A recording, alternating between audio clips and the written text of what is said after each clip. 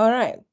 So I'm going to read our speaker's bio, Miss Eunice Musiime, who is a lawyer, feminist, and a developmental specialist with considerable experience in advancing social justice at the national, regional, and international levels. Eunice is currently the executive director of Akina Mamawa Africa, which is a Pan-African leadership development organization. She's a published author. Her first book is titled Nurture or Nature, Sowing Seeds of Greatness. She lives in Kampala, Uganda at the moment, with her husband and three wonderful children named Edward, David, and Anora. Her passions include reading, writing, spending quality time with friends and family, exploring what humanity has to offer. Beautiful, I love that. Eunice possesses a bachelor's degree in law from the University of Dar es Salaam in Tanzania, a master's in business administration, majoring in public policy analysis from the University of Birmingham in the United Kingdom, with several other professional training in feminist leadership, human rights, good governance, and social accountability. She has also held positions of responsibility at governance level in non-governmental organizations, including members of the board, Civic Response on Environment and Development in 2016 up until 2019. She was also the chairperson of FIDA between the years of 2014 and 2016, and then the FIDA board member in 2012 up until 2014. And then she's also been the board member for the Human Rights Network in Uganda for the years 2013 and 2015.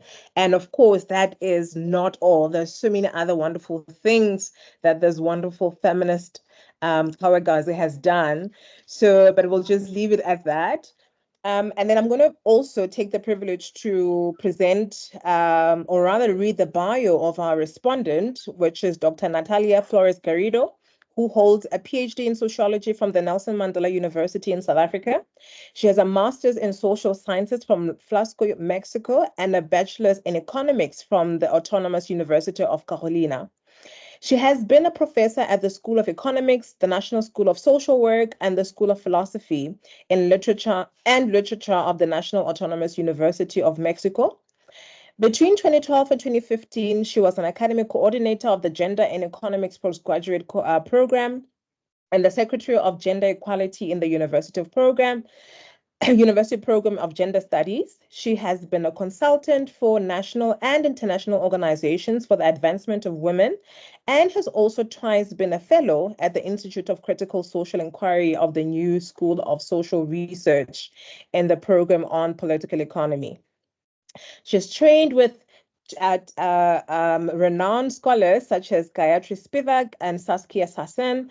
Her research topics are based on work on gender identities and feminisms from the global south, about which she has published in national and international magazines. She is also one of the coordinators of the anti-capitalist collective Trenza de Resistencia and of the feminist digital medium Caja Negra. With that being said, I would like to welcome our speaker and our respondent, and also those who are attending as sort of listeners today. And I'm hoping to hear of your wonderful participation later on. With that being said, I'll give the floor to Miss Eunice, who will basically hopefully begin her presentation while I wait for the PPT to project on my side. So I still haven't, by the way. So, but once I received it, I'll just project it. Is that okay? Oh, wow. Wow. All right. Well, thank you so much for the introduction. And it's an honor and privilege to be in this space, but also to honor my co-presenter. I look forward to listening to her sharing, and I'm glad that she'll be sharing more from the academic side. So I decided to pitch more from the practitioner's side. So I think the combination of our two standpoints will really provide us with a very good conversation, and I do look forward to the conversation. So thank you very much, the Keledi, for organizing this, and thank you so much for our conversationists. We are simply going to trigger conversation and hopefully have a very good conversation around why feminist economics matters. So thank you very much. I had hoped that I would be able to display my presentation, but as that comes through, I will just start really. And I just wanted to start by telling a story. As feminists, we love to tell stories to bring to life our lived realities in all our spaces. So I was born in the late 1970s. And so in the early 80s or late 80s, that was a time when Africa was experiencing the structural adjustment programs. My parents were both public servants. And so although I was young, I was able to perceive that the structural adjustment programs were having an adverse effect on the public service. So this was demonstrated or exemplified by the way the public service was cut down. So for those who may not be from that generation, I'll just quickly say, which meant that for many public servants who lived in the urban areas, it meant returning back to the rural areas to be able to find an alternative means of work. But it also meant that the meager public wage that was paid to public servants could not really fully be able to cover all the other public services that had now been semi-privatized, which meant that we came from a period where, for example, public education was free, but now you had to pay a certain amount. We also came from a period where health was free, but you had to pay a certain amount. Then, of course, the privatization or the removal of the state involvement with, say, a sector like agriculture, which we know is the mainstay of many of Africans, but mostly women and other structurally excluded persons. So that lived reality is something that has stayed with me, and it's something that when I think about why feminist economics matters, that I share that to show that what was previously considered orthodox, mainstream, mainstream, and that must work based on a market economy, we have seen increasingly that that hasn't worked. The evidence has shown us that it's not working, and therefore it calls upon us to look for alternatives, to reimagine reimagine new models, to think of other ways that we can advance human well-being beyond all the metrics that we do measure all the time. So it's that brings us to have this conversation on why feminist economics matters. So I also had hoped, because my slides were really pictures, so I had hoped to show the pictorial while I speak, but we'll just go on. So one of the things that we've reflected on as feminist economics is that a system cannot fail those that it was never designed to protect. So when we look at the current orthodox economics or macroeconomics, it wasn't designed for those that are peripheral, for those that are marginalized, for those that are structurally excluded. It was designed to benefit those who are able to succeed in that system. So it means that we are leaving a number behind, hence the frame or the mantra, leave no one behind. But even beyond that, we are pushing them out. We are pushing them backwards. They are not able to cope. And one of the slides that I had put is something that has recently been released with a title Born with a Wooden Spoon that shows the level of inequalities between and within countries. Now that I am speaking at University of Johannesburg, we might or might not know that the country with the highest level of inequality in sub-Saharan Africa, which is at 54%, is South Africa. And we can interrogate a little bit further why there's that level of high inequality. But there are other countries that are named in that report, Born with a Wooden Spoon. That includes Burkina Faso, Niger, Senegal, Ghana, Liberia, Uganda, Nigeria, Tanzania. So all over, there's high inequality between countries, but also within the country. And we all know what then that means in terms of who can access services, who cannot, who is being pushed out of the system and is not protected. So that's part of the context that we are discussing today that gives rise to the question why we need feminist economics. The other bit around the context that I would like to invite us to consider this evening is really how the market economy rejects responsibility. So, for example, who is taking responsibility for the climate crisis? We often state how Africa contributes the least to greenhouse emissions, on average 3%, depending on which report you're looking at. But no one is taking accountability to make sure that that is addressed. Instead, what we see are false solutions. So feminists have looked at some of the solutions that are being proposed and have rejected them because one, the global north is not taking responsibility for causing the climate crisis. We have a lot of deniers, but then even where they determine and set commitments, they do not meet their targets, do not meet the commitments. Instead, they keep reintroducing aspects that feminists have looked at as false solutions. So for example, the carbon markets.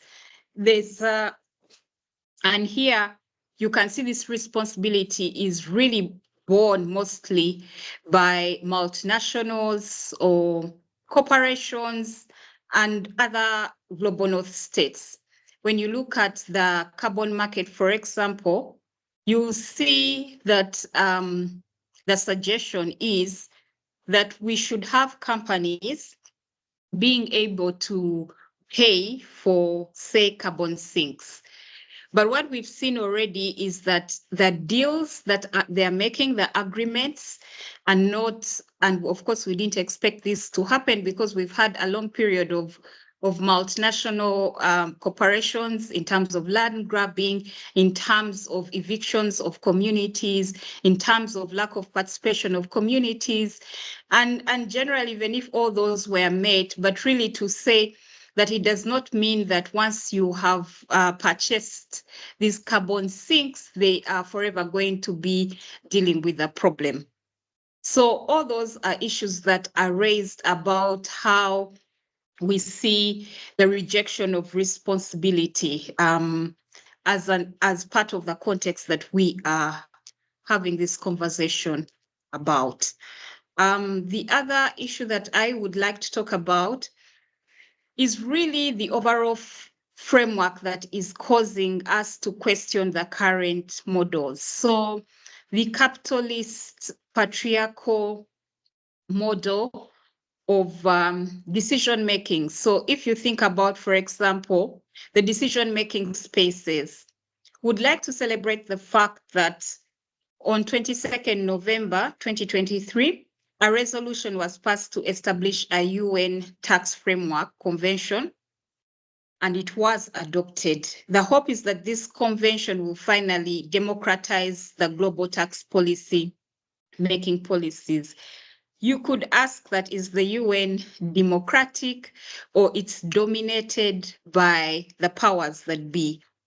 But the reason why there was a proposal to change this from the OECD, it's because then it was controlled by a minority who sit in a certain place and make decisions for the rest of the world. So the proposal for Southern or the global majority, I would say, or Southern countries, was that we needed a space where we would be able to exercise a level of leverage. But then again, we know that there's also some fault lines in there about how free a space or democratic a space the UN system is. But in that regard, it's a win. It's an incremental win towards changing the system, which we said cannot protect those that it was not designed for. So it wasn't designed for us in the global majority countries. It wasn't designed for women. It was not designed for structurally excluded persons that have lived on the margins. The other issue that we'd like to bring into this conversation is the role of private sector. We've seen increasingly that there's a call that the private sector must play a role in terms of development. And the questions there to ask is, what role can the private sector play? Bringing finances, we know for private sector, it must make business sense. Private sector is about profits over people.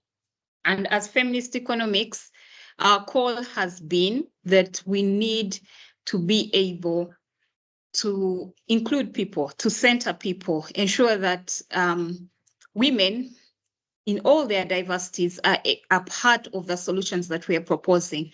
But then if the role of the private sector is being placed front and center in all these conversations, then it means that it's not going to be about people, it's going to be about how much profit. So we are increasingly seeing the talk around making a business case for investing in women. So we make a business case to invest in women because they multiply, they take care of their families and all that, despite the fact that they are always informalized as well. So the reason to invest in women is not by right, but it's because it's going to make a business case. So they are objects of business interests.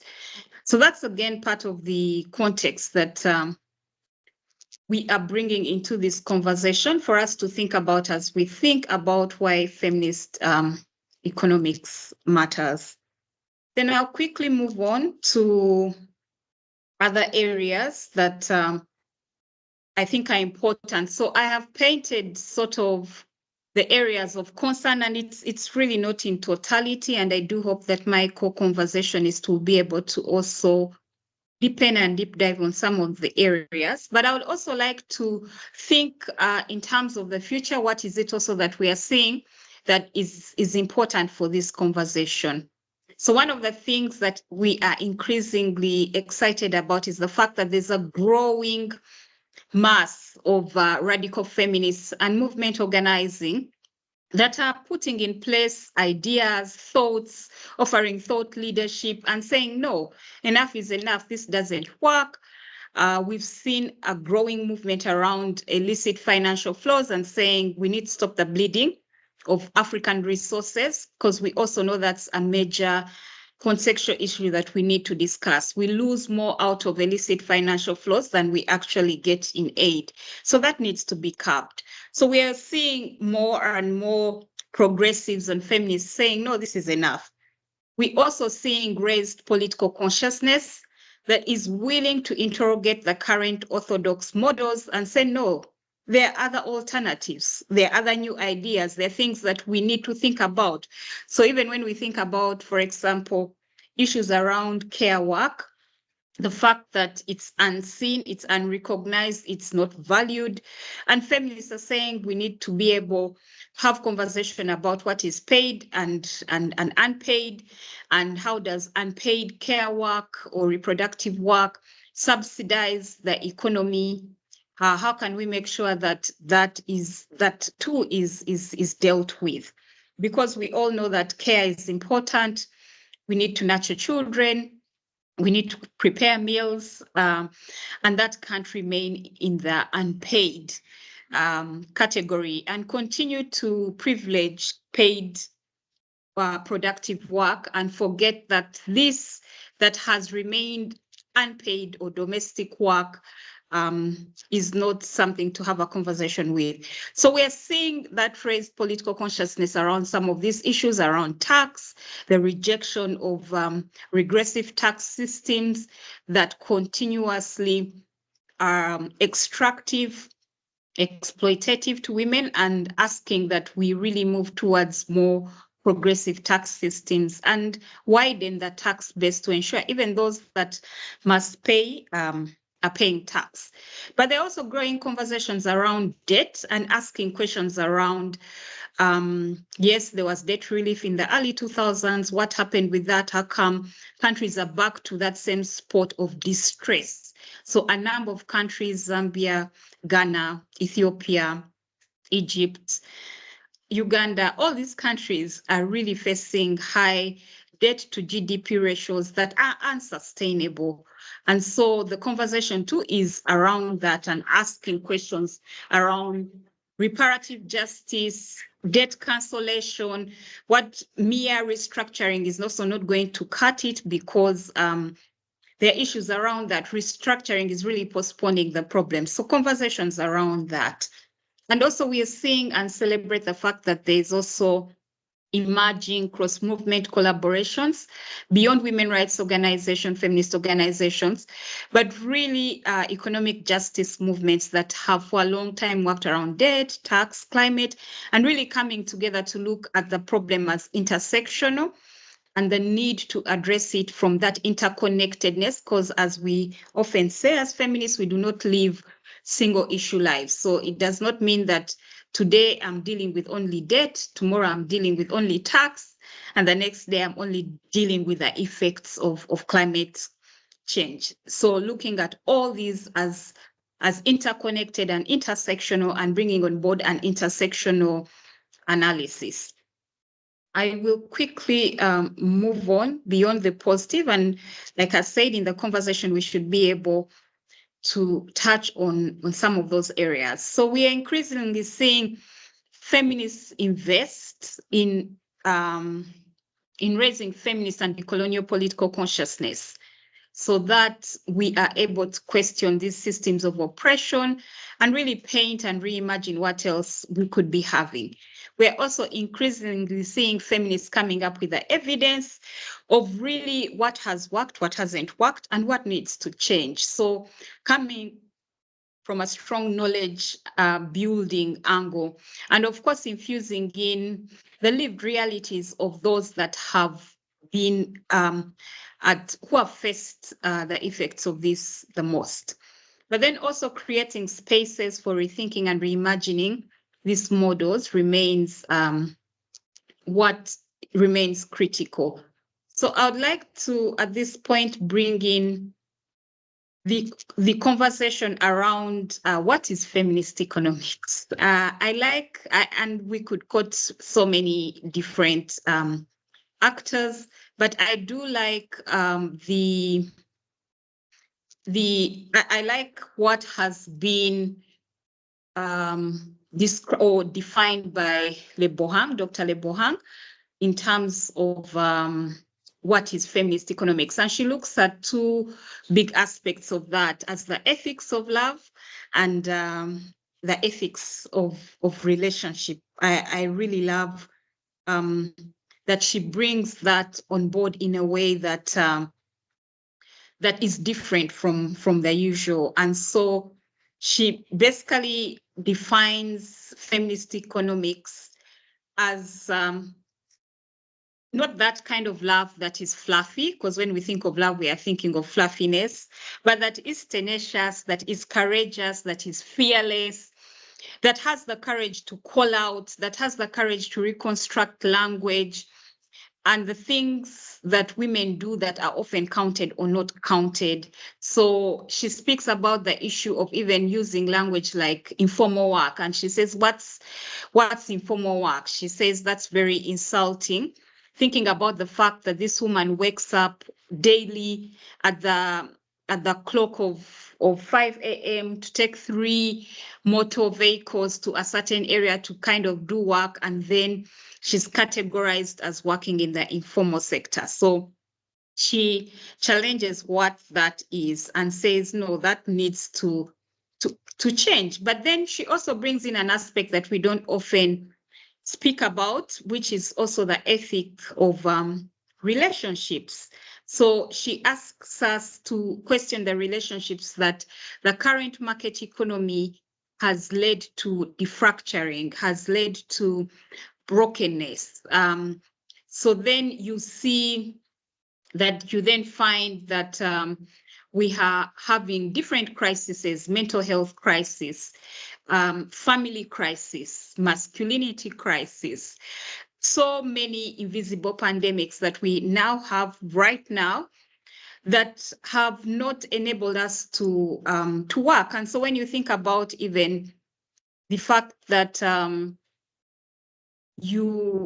most families are separated because one has to work in a certain area and another one has to stay in a certain area, and that in itself also leading to a crisis. But then also questioning notions such as thinking that the private does not have an impact on the public.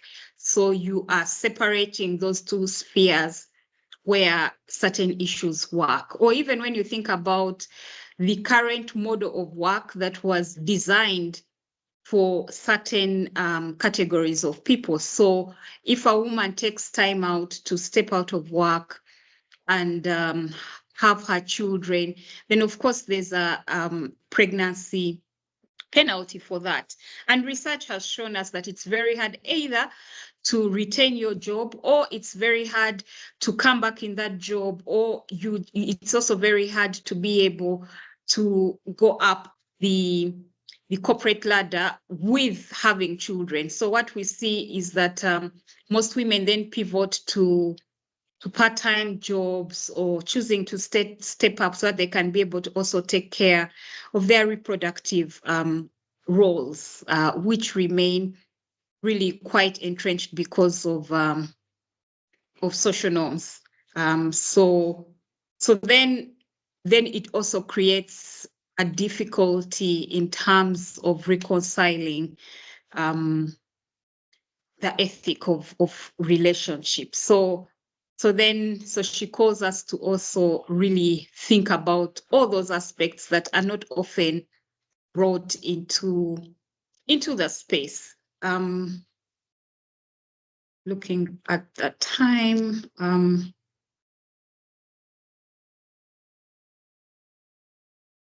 Yeah, so as I try to bring this to a close, then because I thought I would really just over trigger questions. So as I bring this to a close, I would like us to really rethink how we are engaging with the current orthodox models, and what is it that we need to challenge, what is it that we need to call out, what is it that we need to reject.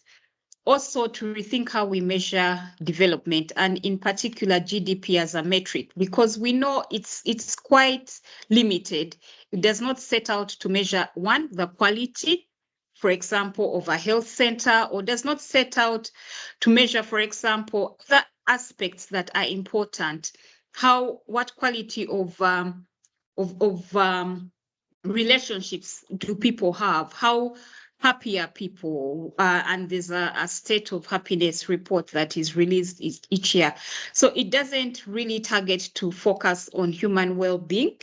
And so the metrics, that the different areas that it covers really cannot be what we celebrate. And for a while, because of GDP growth rates being a little bit what was termed high for Africa, not that they translated to the ground, was really celebrating Africa is rising based on those GDP growth ratios. But we've seen that that truly did not lead to structural transformation on the African continent. We still have trade amongst African countries is still very limited, and our contribution to the global trade metrics is negligible, also really around 3%. But we also need to reimagine what a world where women and structurally excluded people matter, and what does that mean? And so to allow ourselves to really think in an expansive way, redistribution of care work, finding other work models that really work. And one of the things that we are seeing, even with the generations that are coming now, they are not taking up work if it does not align with their purposes. So clearly there's a call, and also COVID-19 showed us with a great resignation that there's a call for a different way of working.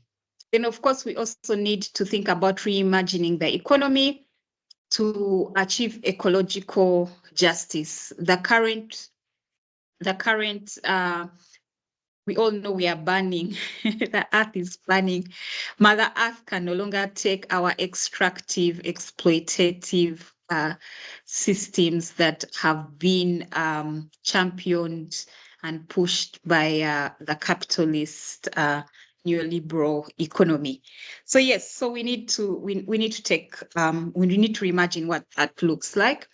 Then, of course, we've also spoken about reframing our language. What languages are we using that continue to invisibilize the contribution of some people and others? So to also really rethink that. And then also, most importantly, and I do hope my conversation is to be able to speak to it, when we even think about the current economic curricula that students are taught right from high school or in universities, it's really based on the classical economics. So then it becomes very hard for us to even begin thinking about alternatives.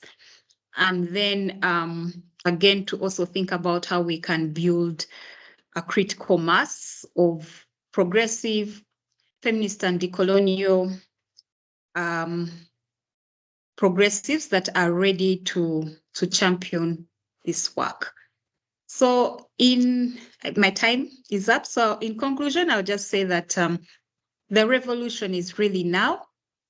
And thank you so much for creating a space to have this conversation today. Over to you, Dikeledi. All right, thank you so much, Asante Sana. You've really given us so much richness. I love that you provided a more personalized a narrative around your experience, especially contextualizing how structural adjustment programs actually evolved. So I'm not gonna, of course, this is not my space. I need to give it over to Dr. Flores Garrido, who will give us her response and reflection, and then later on we'll then open it up to the floor. But thank you so much. Thank you so much, Miss Eunice, for everything that you have shared so far. Really pertinent, quite radical propositions as well. And if I were to say slightly different from last week's sort of position, sort of ideological position, which was more of an inclusive, as finding ways to find solutions within the inclusive capitalist economy. And then here you are as a feminist, sort of speaking in the feminist tradition of actually seeking to overhaul the system, right? So we cannot we cannot use the master's tools to dismantle the challenges that we have, just to sort of requote the work of most phenomenal African-American Black feminists. Anyway, so over to you, Natalia.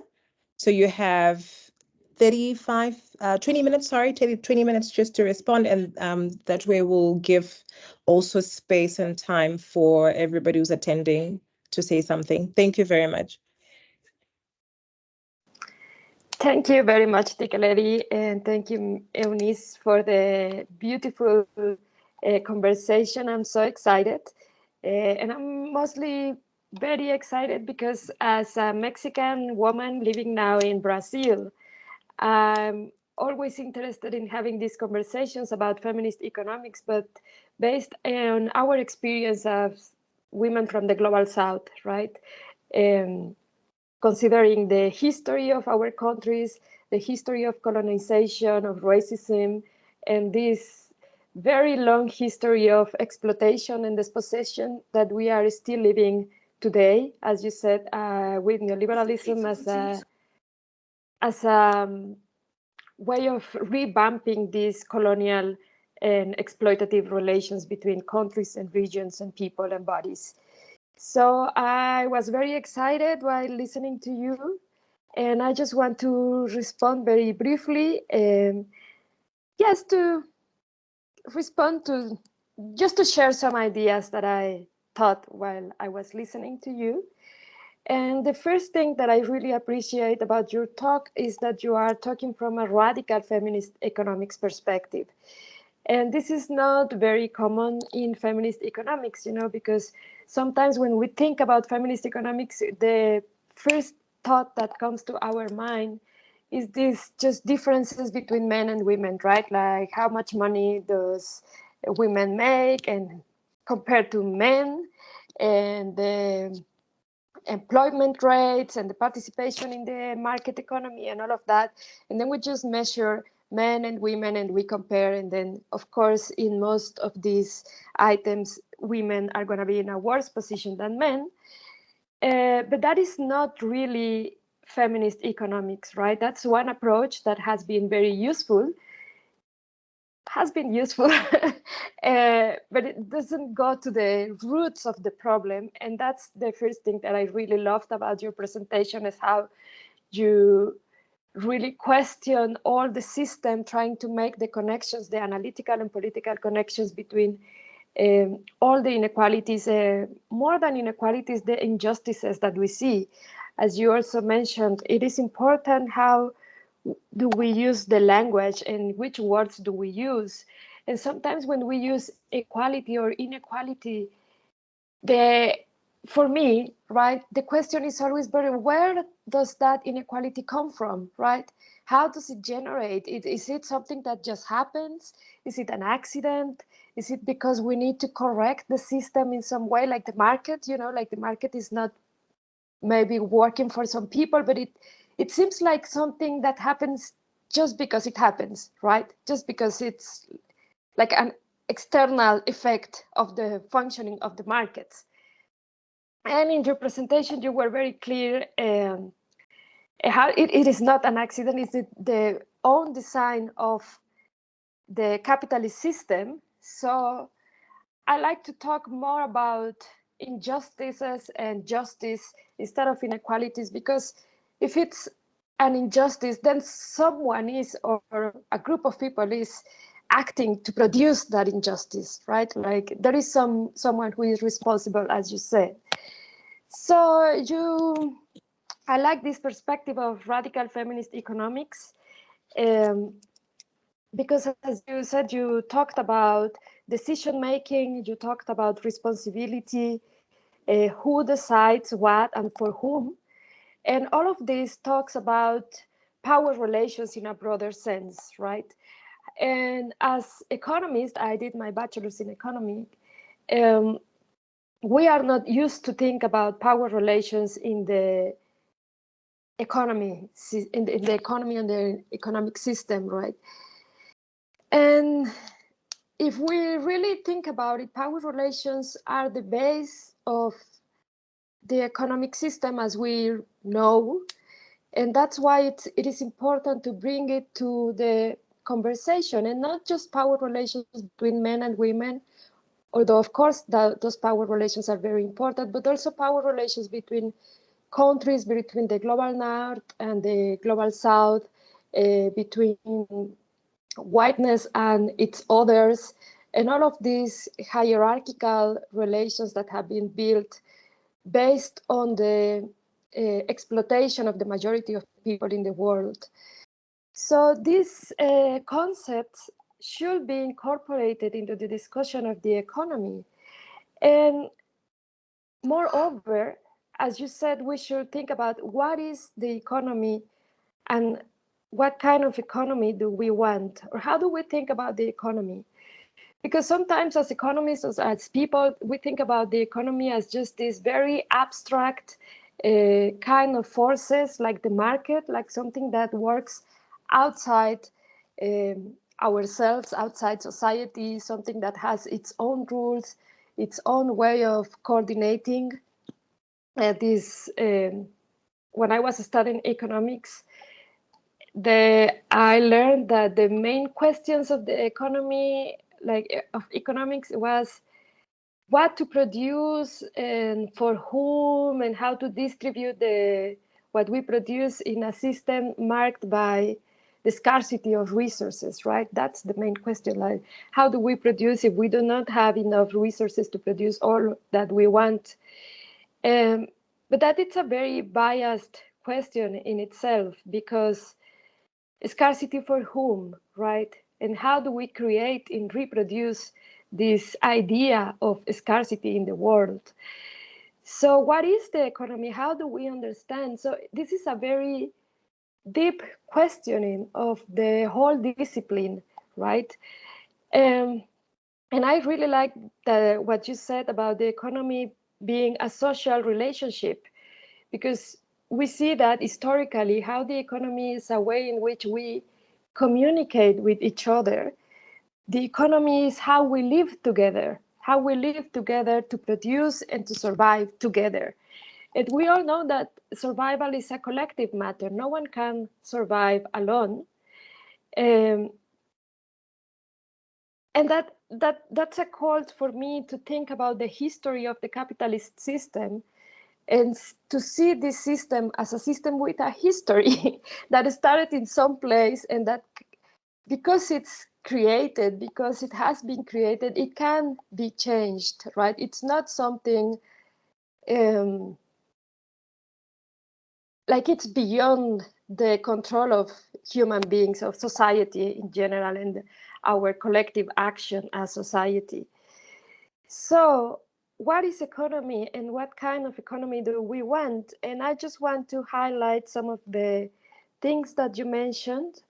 Feminist economics is a people-oriented economy instead of profit. So we are not thinking about accumulation of capital, but an economy that can work for everyone, and that is based on the satisfaction of needs, right? That's why it's people-oriented instead of profit-oriented. But also it's very important that feminist economics has brought to the table discussions about the body, how do we take care of our bodies? Historically, economics has been a discipline that neglects the body, in which we are all just tools of production, in which our bodies are just this force of labor, this tool to produce, to accumulate, in which we have to sell some capacity, the capacity to work for an income. And in that process, we transform our bodies in a tool for production and accumulation. But feminist economics thinks about the body not in these terms of the tool for producing and accumulated, but thinks about embodied economies, right? How do we survive with our bodies? How does our body survive? What does it need to survive, to stay alive, to be healthy, to be happy, to be nurtured, to have a future, right? And that's why we have been able to incorporate to the conversation some discussion about survival, as I said, about care. We acknowledge that we cannot survive, that our bodies need care, right? Our bodies need care since we are babies, when we are sick, when we are in old age, and throughout our lives, our bodies need care. And that is very important. And for me, that's one of the biggest contributions to feminist economics, is to highlight this very important aspect of the economy. How do we stay alive, right? Because we need care. And because of that, then this caregiving, care receiving, and all this big discussion about care should be part of the economy, right? Should be part of the economy, even though it is not allocated through the mechanism of the market, but through social relationships, as you said. So this economy oriented towards people, or people-oriented economy, and an economy that acknowledges the body, is based on social relations, as you say, is based on affects and emotions, and how do we understand ourselves as a part of a bigger society and of bigger communities, right? And it's an economy that focuses on what happens in the day-to-day life of the people, right? It's not about the functioning of the markets, it's not about profit, it's not about accumulation, or as you said, as the GDP and all these measures of the economic activity, but how does that translate into the living, into day-to-day life of the majority of the people? And I also want to share a personal story. That is, when I was a student, when I was doing my bachelor's in economics, as I said, in the north of Mexico, I was studying this, micro and macro and all of these mathematics models, statistics, and all of that. And I just couldn't see the connection between all of that and my most immediate reality, right? Um, I come from a working class family. My dad was a taxi driver. My mom was working in the informal economy, in this very communal kind of selling to the neighbors, to the community. When there were periods where my dad didn't have a job, so the church provided for us, with this mutual help, and it was a very close community, and the church was very helpful for those of us who were in need. So all of this, what at the end of the day is the economy, right? These relationships of survival. How do we keep ourselves alive in periods of precarity? How do we work? What do we eat? All of this system of relationships uh, is the economy, but I couldn't see how that related to what I was studying, all these numbers, all these graphs. And I'm not saying that's not important, because it's important in some analytical level, but it's not important if we cannot make the connection between that and what happens in the day-to-day life of the people, what happens in our bodies. And I insist in this because every time that I mention the body when I'm with economists, they are like, no, but we are not sociologists, we are not anthropologists, it doesn't matter. So I like that, as you said, feminist economics goes beyond these disparities or inequalities between men and women to really think about all these other things, and to really go to the roots of the problem, which is this question of how do we understand the economy, for whom, how do we take responsibility for our economic decisions as well, right? And this means questioning the separation, a very artificial separation that exists in the economics as a discipline, between the economy and politics, right?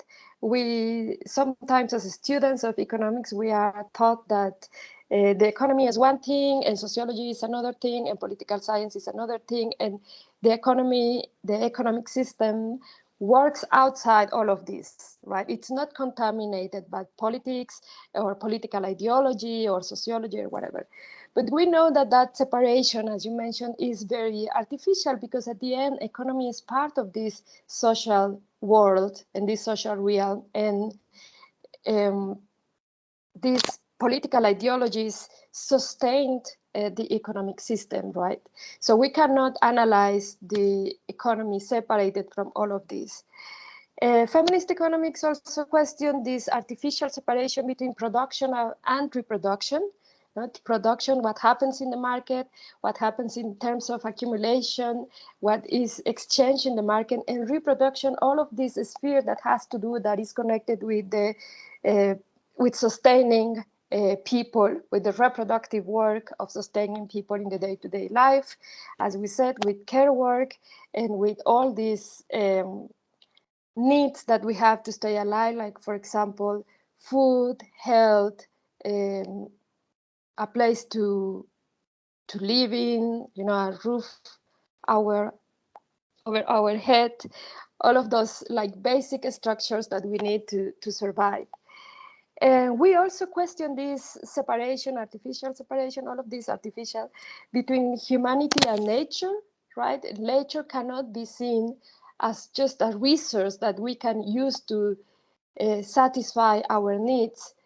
And this separation between humanity and nature, which is all of these separations are, of course, hierarchical, um, cannot continue in this world.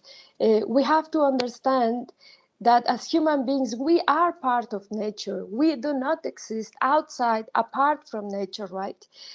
And of course, feminist economics also questions the separation between the individual, a person, and the community with which he or she belongs, right? We do not exist in isolation. So to question all these artificial separations allows us to be or establish a connection between the multiple crises that we are living today, right? This crisis of democracy, this crisis of climate change, this crisis of just day-to-day living, this crisis of care. We can see when we question these separations, we can see how all of these crises are actually connected, are interconnected, right? Are part of one another. And this term that they have called the polycrisis that we are living now, because we have crises in the health system, we have pandemics, we have crises in pretty much every realm of our lives. So this intersectional analysis allows us to see these crises as connected and as being fundamental parts of the capitalist patriarchal racist system, as just one system that works together.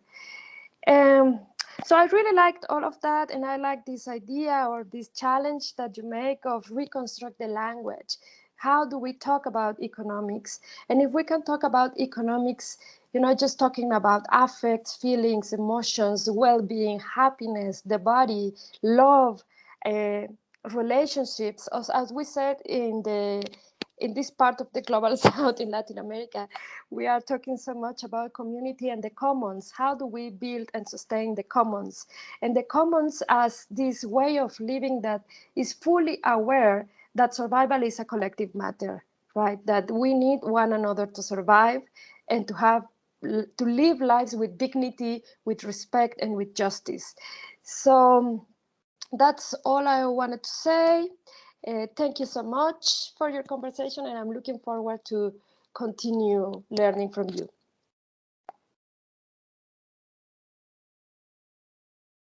Thank you, thank you so much, Dr. Flores Garrido, for a wonderful reflection. I see also Eunice is quite happy that with your your responses, Natalia, and I'm judging this based on a beautiful smile that I'm seeing through the screen. So you've literally sort of 4 minutes that you've given us as an extra time.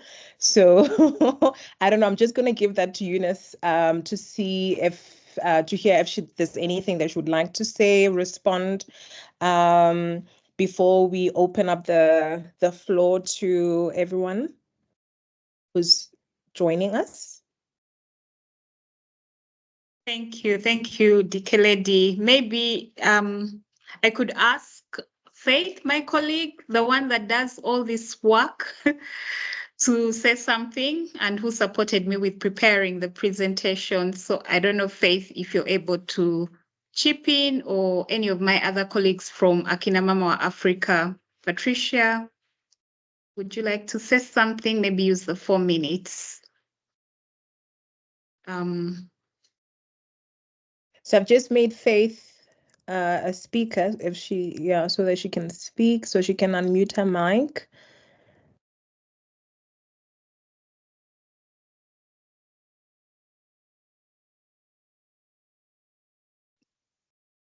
Faith, are you there? Faith, are you there?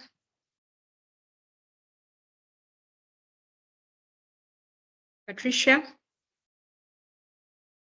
Let me Okay, see. maybe. Okay, so it's fine. Maybe it might be a connection challenge on their side. Okay. So anyway, so I think maybe in the interim, while we wait for Patricia or Faith to come in, I'll just basically share a slight overview because I know some people actually joined a bit later on. Some joined only when Natalia was speaking, so they've missed your entire presentation.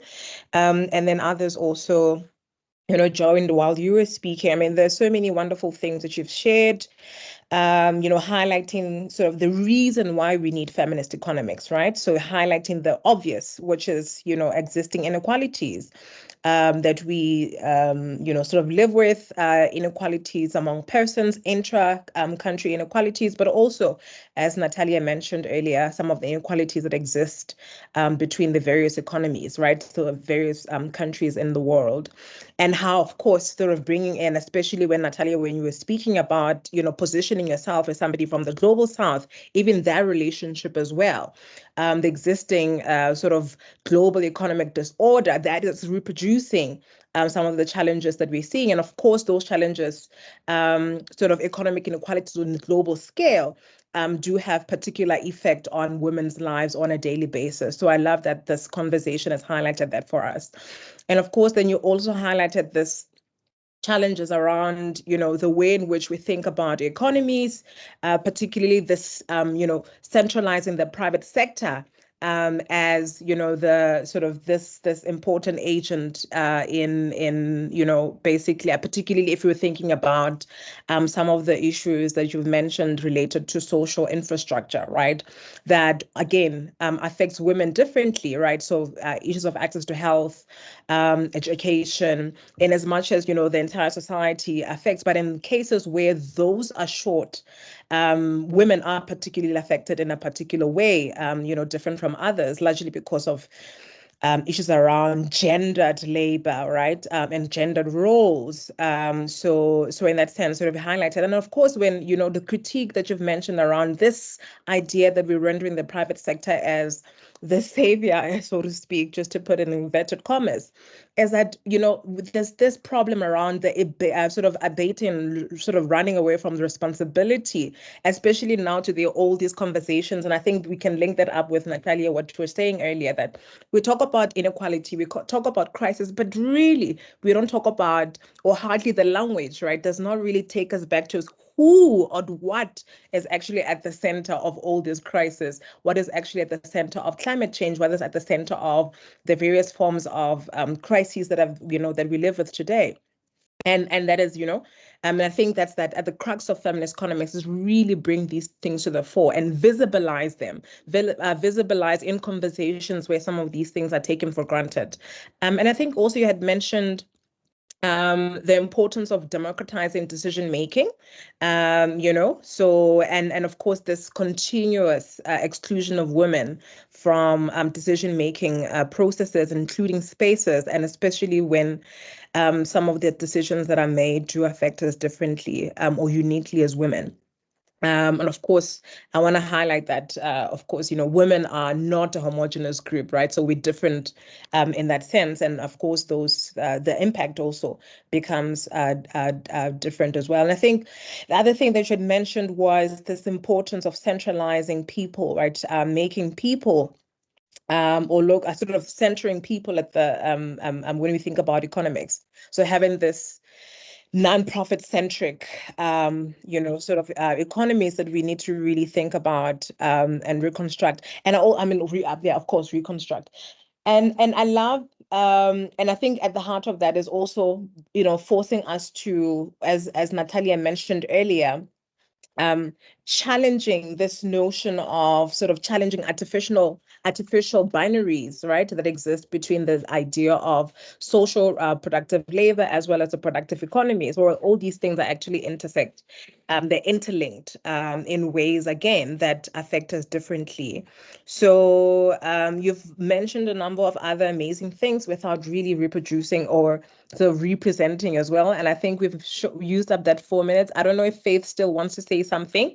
Or if not, we can just perhaps open the floor up to the discussion. But I really love, again, this vertical feminist intervention and approach to the continuous crisis that we actually live with. And there is no way that we can address this capitalist crisis-prone capitalist system without really taking, sort of severe measures. So what I'm going to do, I'm going to make everyone on the platform, particularly all the attendees, hopefully they'll be able to make an input as well, make comments. And while I am doing that, for some reason, I see Londi on the, yes, you have your hand raised. And then I see Joost as well, thank you. Yeah, okay. So please try and open up. You can start speaking. Hopefully your mics will be able to be unmuted. So you have the floor. So we'll give, so Londi, Joost, and then Patrick, which kind of feels very weird that I've called all of you with your first names and not necessarily your titles. But anyway, so yeah, so please let me know if you're unable to speak. But I haven't muted everyone. Greetings, can you hear me there? Yes, I can hear you. Thank you. Thank you, Doc. Thank you for your wonderful guest speakers. This is so mind-blowing, really mind-blowing, especially for somebody like me who is coming from, I'm not sure where other people are coming from in terms of our field, but I'm a feminist coming from philosophy. A field that highly demands that one makes a distinction, a clear distinction between activism and literature and research. Philosophy consciously want to distinguish itself from activism. So as a feminist, you can be there doing your dry work, dry in a literal sense of the word dry. The work that is not passionate and the work that is not responding to anything practical that is actually happening in your surrounding. So I'm here wondering, how are you able to have this? Because I can see this is really robust. This is really radical. This is radical in a real sense of the word radical. I'm so mind blown by this radical feminist economics take. I'm wondering, how are you managing the relationship between the nature of academia and the nature of this work? Because specifically, this work is so distant from all that I'm used to. Do you have organization outside the academia that enables you to have such? I'm just honestly interested. Currently, I'm working on my PhD. I'm working on ecofeminist and care ethics, and I'm here.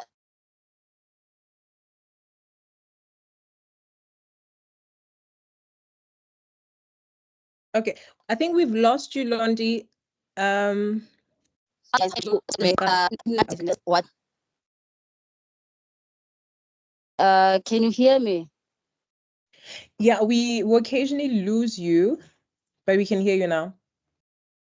I'm not sure, maybe my question was has been heard on the other side, but simply my question is on, how do you, by you I mean kind of all of you, have that balance of activism and with the nature of academia? Because from my side, I'm there with the heart, and I'm somewhere else with the mind, and I feel that is not productive, or at least it's not satisfying.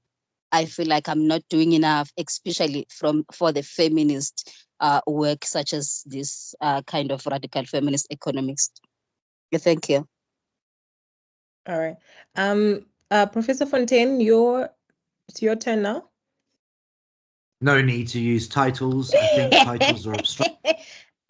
That's me exposing you. I know you would have challenged it. I'm glad I didn't disappoint. Let me first of all say thank to Eunice, because what you've delivered is a wonderful blueprint to solve the world's problems, and that's great. You know, that's brilliant, and it's only a shame that people call it radical, because it shouldn't really be radical. A lot of it seems kind of pretty obvious to the thinking person.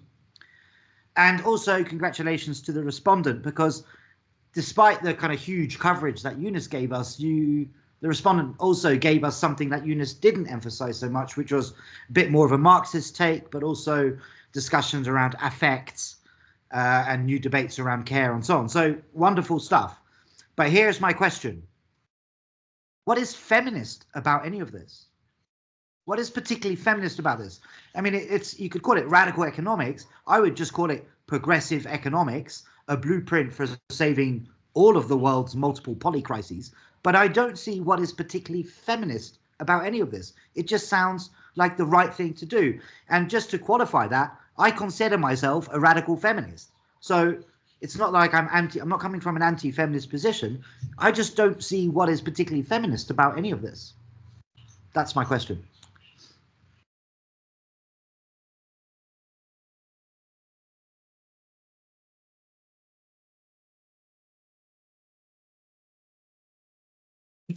All right, thank you, Comrade Bond. There we go. That's the right approach. I can one day be Comrade Patrick too, I hope. Let's see, here I am. The Marxist approach to super exploitation is something I've been grappling with. I wonder if I could get your help, Eunice, because the measurement, therefore, of why GDP fails us typically would not include social reproduction, and the difficulty of sort of saying, as Rosa Luxemburg did, that capitalism meets the pre-capitalist, including, women in mutual aid systems and care systems and social reproduction.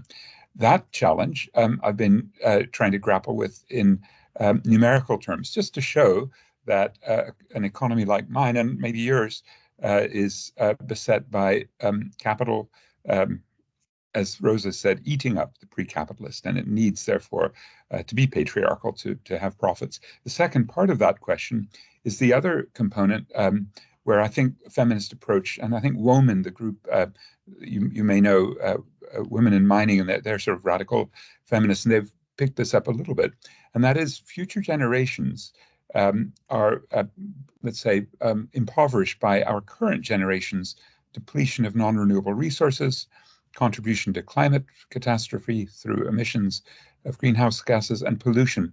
And my sense is there's a very strong case for a feminist approach to stewardship, to resource stewardship, and to maybe even be able to count, which GDP doesn't do, depletion and emissions and pollution.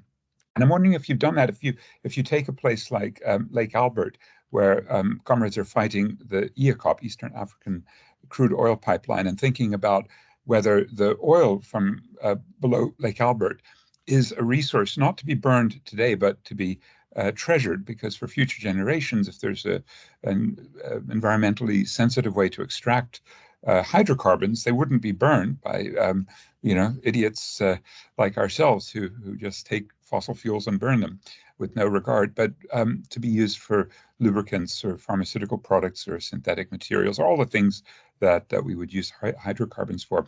I sense there's a feminist approach, which Women also articulates, but we haven't really grappled with it as deeply as we must, for feminists to take, let's say, that mantle of resource stewardship more openly, so that the corrections to GDP that would say, now we've got to measure your non-renewable resource depletion, not just count a credit for mining and getting an export, but actually say, well, we've lost wealth in the process.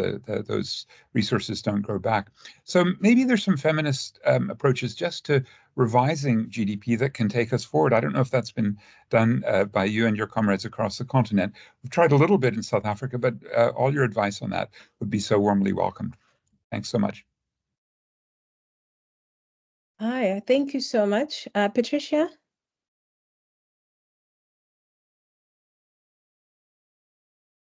Yes, thank you very much. So I really liked Eunice's conversation about transforming transforming the global economic architecture, and just in general coming at feminist economics from a place of the ethics of love and the ethics of relationships. Because a lot of the time when we discuss the reason why, for example, women's care work should be recognized, people come at it from an angle of women could be contributing more to the economy. So it's not about women being in spaces because they belong there and they have the right to. They come at it from an angle of women could be producing more or giving more to the economy, which isn't right, because you should be in a space just because you have the right to. You're a human being, and we are all people. So I love the conversation that Eunice gave about looking at it beyond GDP, as well as the fact that, yeah, that should not be how we just generally measure development, because the evidence has shown that it is designed to invisibilize women's contribution to the economy by eliminating their contribution to domestic and care work the economy. So women's unpaid care work, which subsidizes capitalism and the global economy at large, serves to cover the cost of most state failures, especially during crises like we saw during the pandemic. So yes, this was such a rich conversation, and yeah, I would say yes, we need to approach women's economic justice as a process of really shifting social and political power by challenging and rethinking these ideologies that inform the broader economic models and the development pathways that we have come to see as the norm, and calling and supporting the transformation of existing global governance and institutions in place, like Eunice said, which are steeped in the legacies of colonialism, Western imperialism, neoliberal capitalism, and patriarchy. Yeah, so thank you so much for this conversation. I would love to hear more from the speakers and the rest of the attendees. Thank you very much. All right. Thank you so much, Patricia. So what I'm gonna do, I see four other hands. I'm just gonna allow the presenters, to respond, and then we'll take Jen, Takutwa, Jose, and Sean thereafter.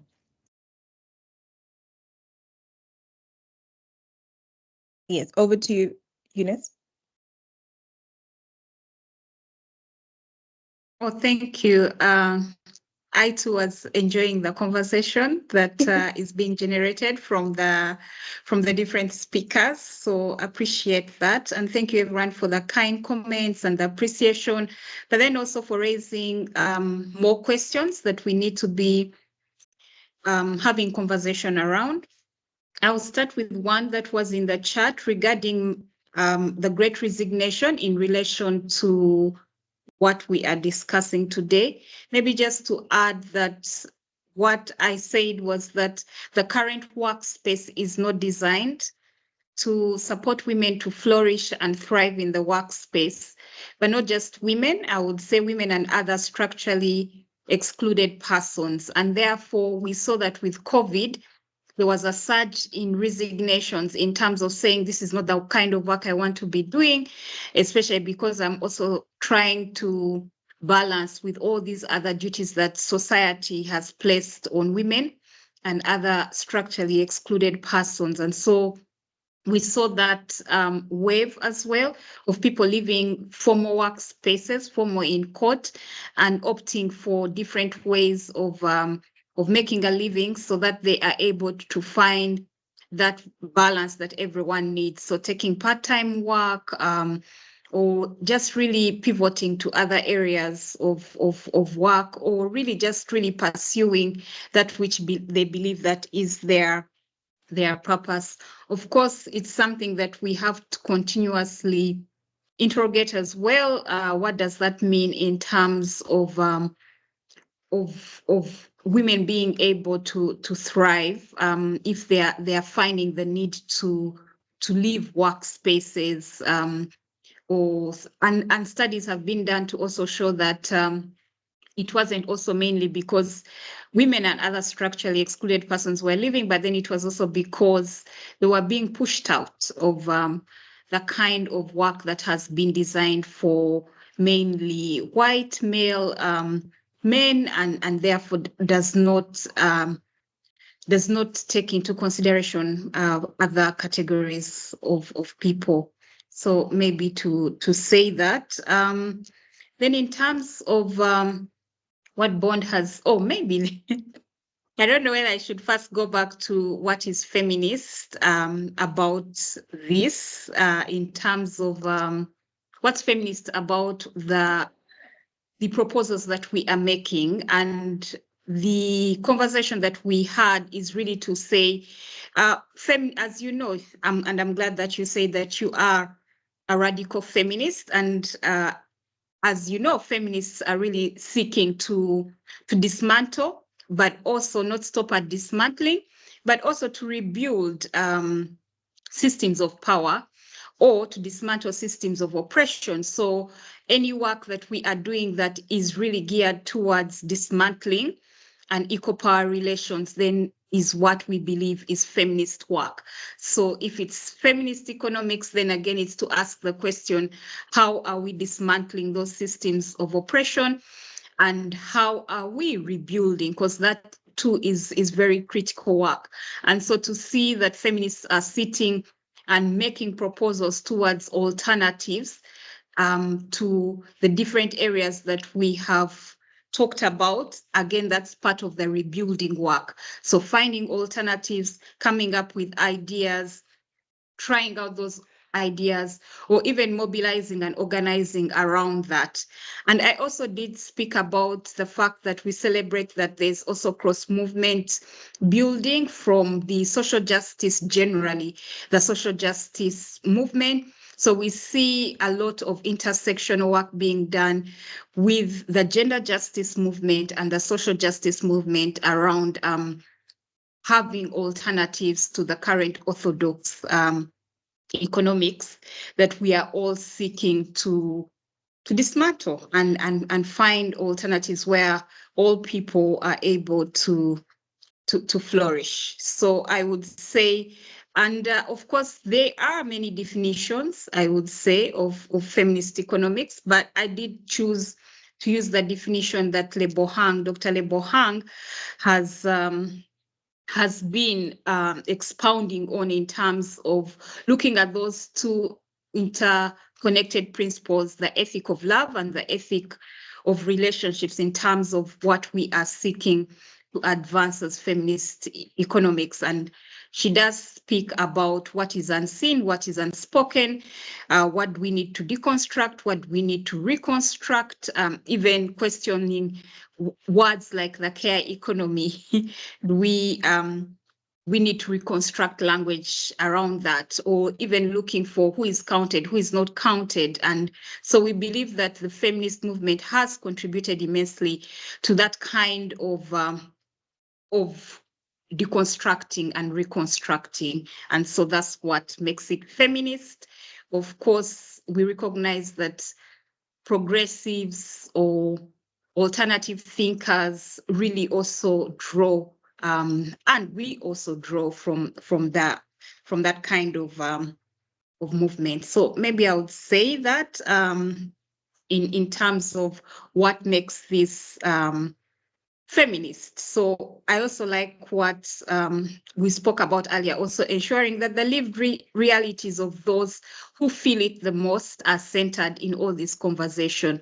So not leaving it at the academic level, not leaving it for social activism, but also ensuring that those who are most affected by the work are part and parcel, and they are able to explain some of these conversations. So of course, feminist economics, or you could say heterodox economics, have a lot of connections, but then we can continue the conversation around that.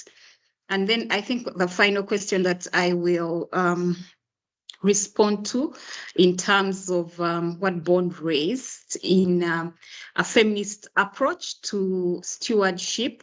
Yes, there's a lot of work that is being done by ecofeminists, and I think one of the presenters actually did say that she's doing a PhD and she's also an ecofeminist, and asked the question, which I think someone else is going to respond to think about that. I would say that a lot of positions are being developed in terms of where we want to go in terms of feminist economics through co-creation, collective thinking, formulation, collations, making sense of all these different things that we need to do in terms of coming up with a feminist and a decolonial position in terms of economics. And so there are positions that, for example, are being formed around feminist fiscal justice, debt justice, monetary sovereignty, and also even questioning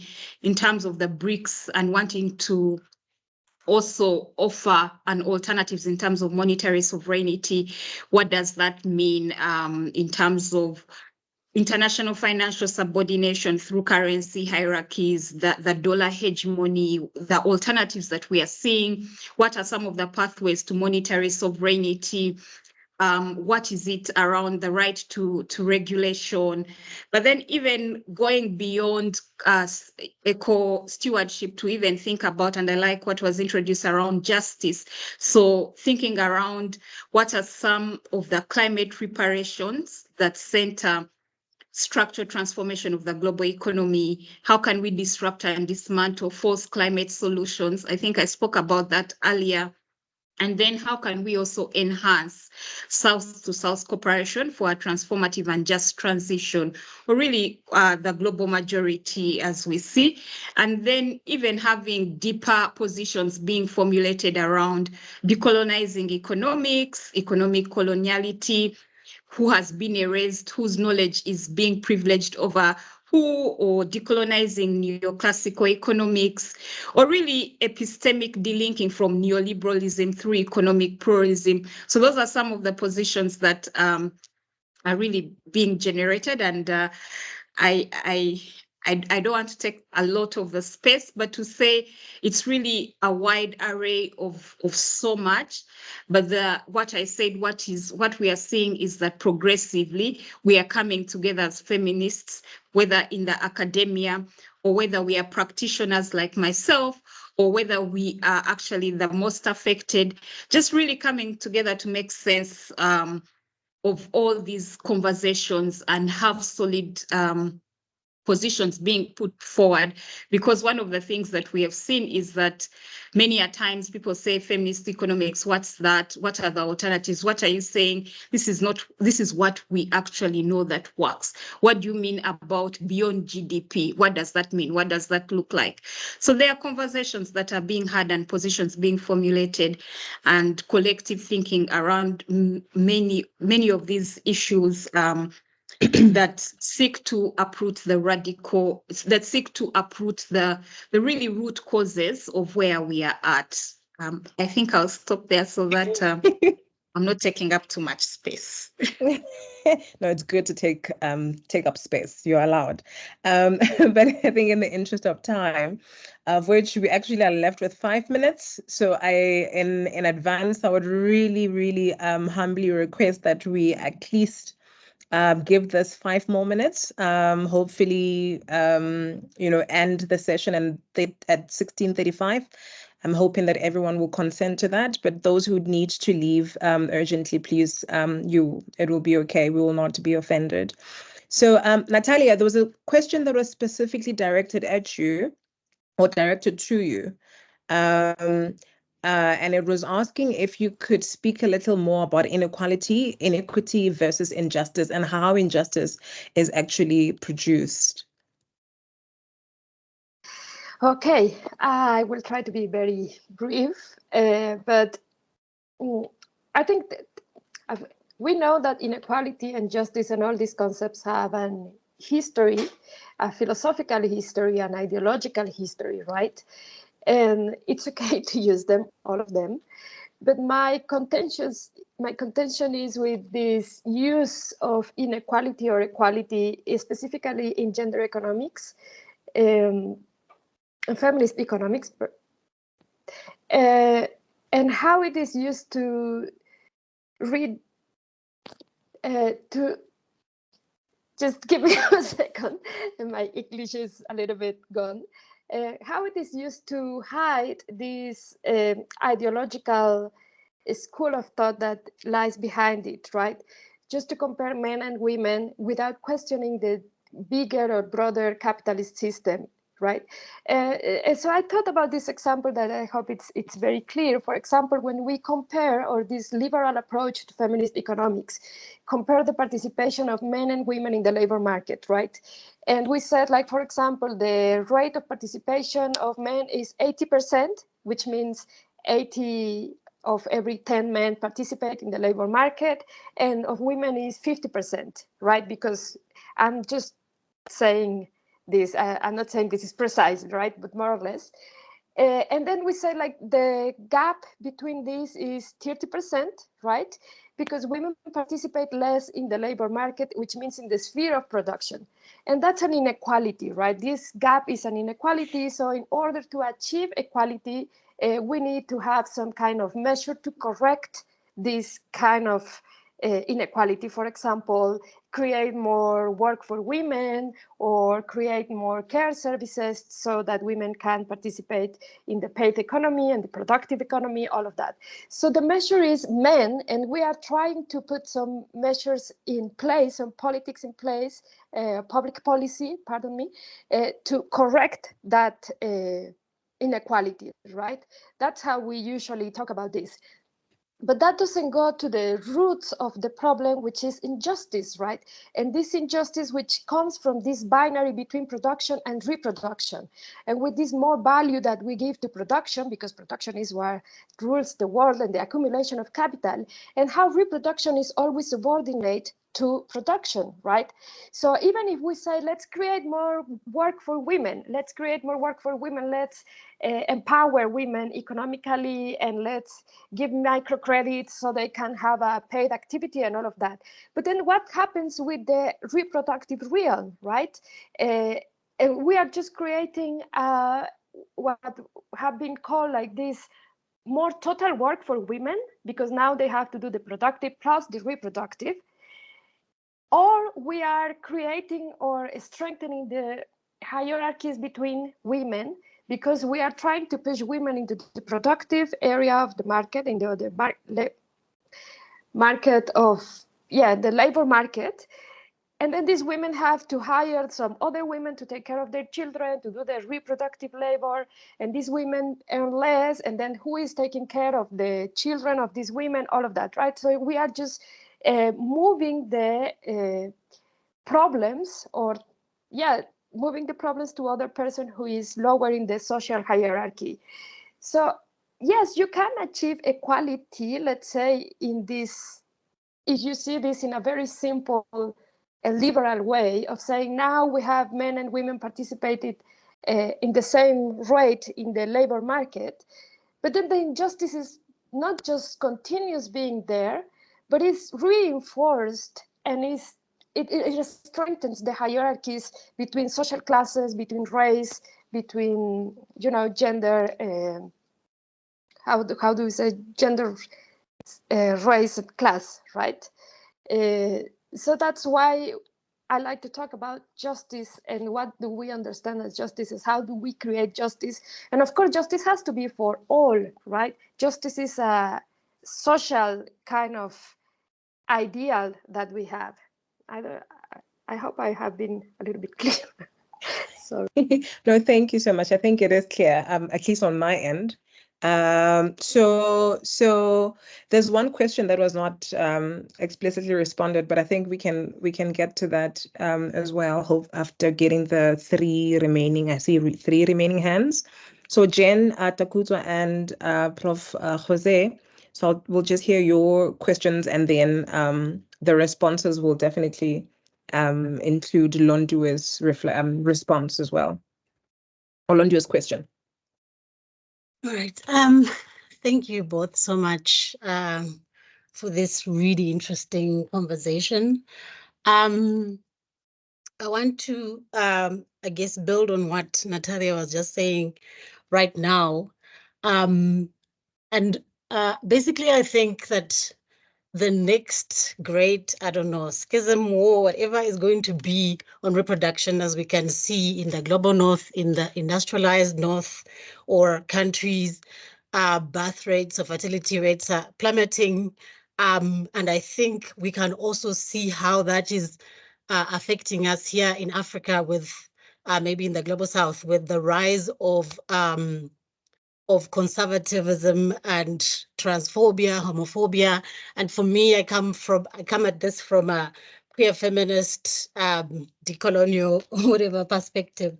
So and going back to how capitalism starts off by creating these binaries, whether racial, gender, class, and how the various subjugated or dominated classes tend to subsidize those, as you have said, Eunice and Natalia, about this, women taking on a lot of work, but also other bodies, queer bodies, whatever, being marginalized in order to maintain this binary and to continuously, Black bodies continuously reap the benefits of this injustice. So I guess my question is, Akinawa Africa, Mama Africa, right, is located in Uganda, and there has been that anti-homosexuality law passed last year, and we know what is going on in Ghana as well, and in various other African countries. How is particularly within the African continent feminist economics, how is it integrating this? And I know that the context is very, very difficult. So how is this conversation playing out? Thank you. All right, thank you so much. Can we have Takuza?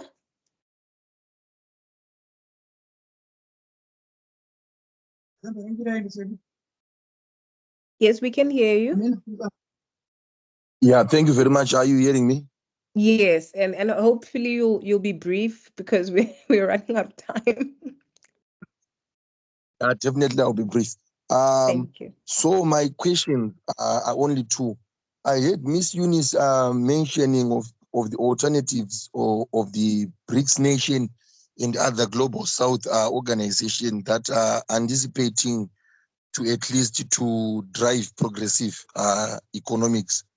So is indeed another challenge because within the global South, we have those who are upper middle income economics and those who are lower, and those who doesn't even fall within this category. So isn't it better for us to promote the issue of zoning? Because I'm sure within the BRICS nation, two nations are going to compete for influence, which is China and as well as India.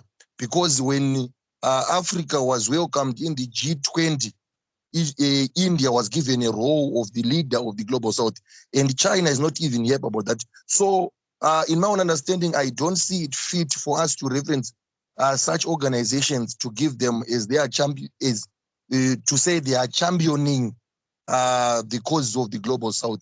Because as we speak now, we have issues with Chinese with many countries, including in Zimbabwe. So I just need a clarification.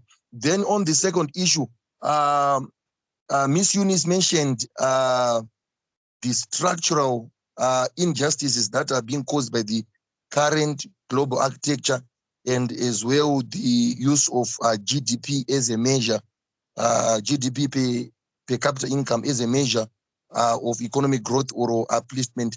Are there any alternatives we can use to measure besides the Human Development Index propounded by the United Nations? That's my contribution. Thank you very much. All right, thank you so much. Prof. Jose?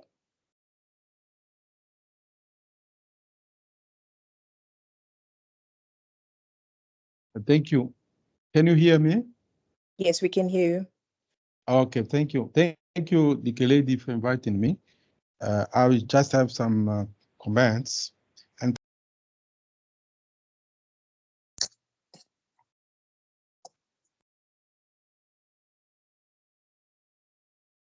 Prof, your mic is muted. Sorry.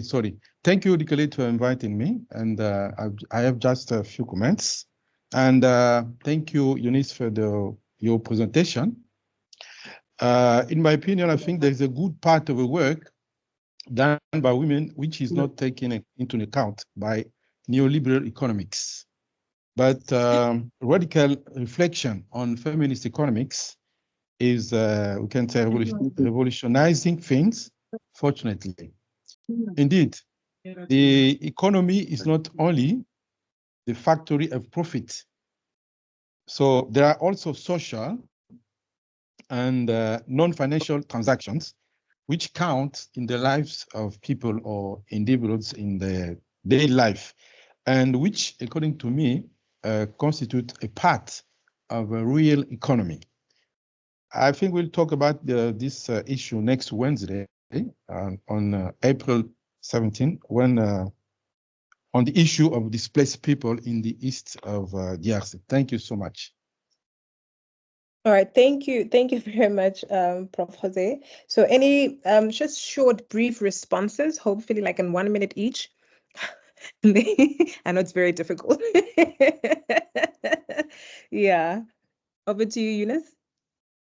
I think, thank you so much, Dikeledi, and thank you so much for the conversation. I think these issues are quite complex, and therefore they are issues that we need to continuously just really think about. Maybe just to say around pathways to monetary sovereignty is really for us to problematize how the Global South needs to position itself in this conversation and constantly find ways of dealing with the issues around monetary sovereignty. Of course, I do appreciate what has been raised, that we are not homogeneous, even within the Global South, and therefore there are issues that we need to deal with around there.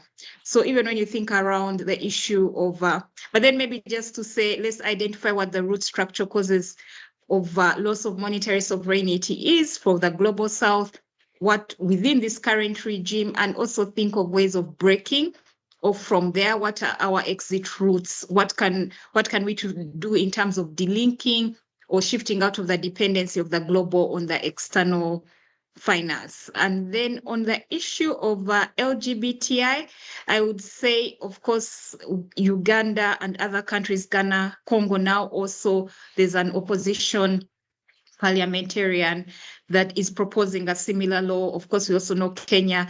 So what we are seeing is an anti-rights strong movement, anti-democracy strong movements, and therefore to always go back to what we always seek to position intersectionality in all the conversations that we are having. Thank you. All right, Natalia. I think we are out of time, so I just wanted to thank you to Dikeledi, to Mrs. Eunice. I'm so happy to be here, and to everyone who was here contributing with your beautiful questions. I hope we had more time to really engage. I have so many things that I want to say, but luckily this seminar is going to continue, so I trust we will be able to continue the conversation. But that's it from my part. Thank you very much to everyone. All right, thank you so much. A round of applause for our speakers, including the virtual ones. Thank you so much. Thank you for availing yourselves. Thank you for such rich and informative information that you've shared, such riveting ideas also that sparked sort of other possible opportunities in terms of research, in terms of conversation, in terms of all the other things that would actually are still pending to be done. But also, I'm grateful to the participants, everyone who's made commentary, especially those who've also brought in new and wonderful ideas around, including literature that we could also look into. Thank you very much for that. With that being said, and given the lack of time that we have, so next week, Prof. Jose already somewhat mentioned this already. So we are going to have another webinar which will be presented by Professor Jose Bazonzi from the Democratic Republic of Congo. And as many of us are aware, some of the challenges that are taking place there. So the topic will be protected displacement economies. And I think that really beautifully will tie into this conversation that we've had this week. So I look forward to seeing you all of there. So if you have already registered, fret not. What I'm going to do is I'm going to update today's link for next week. So if you're already in, so there may not necessarily be a need for you to register or re-register. However, I do humbly request that you share the invite with everybody else so that we have more and more people who are coming in. And you never know, we might actually sort of start an entire revolution based on the DRC's issues next week. With that being said, thank you very much, Geleboga Santeni Sana. May you have a wonderful evening. When we meet again next week, same time, Siyabonga. Thank you again, Natalia. Thank you again, Eunice. And thank you for everyone who has joined us. Bye. Bye. Thank you so Bye. much. Thank you. All right. Bye. Thank you. Thank you.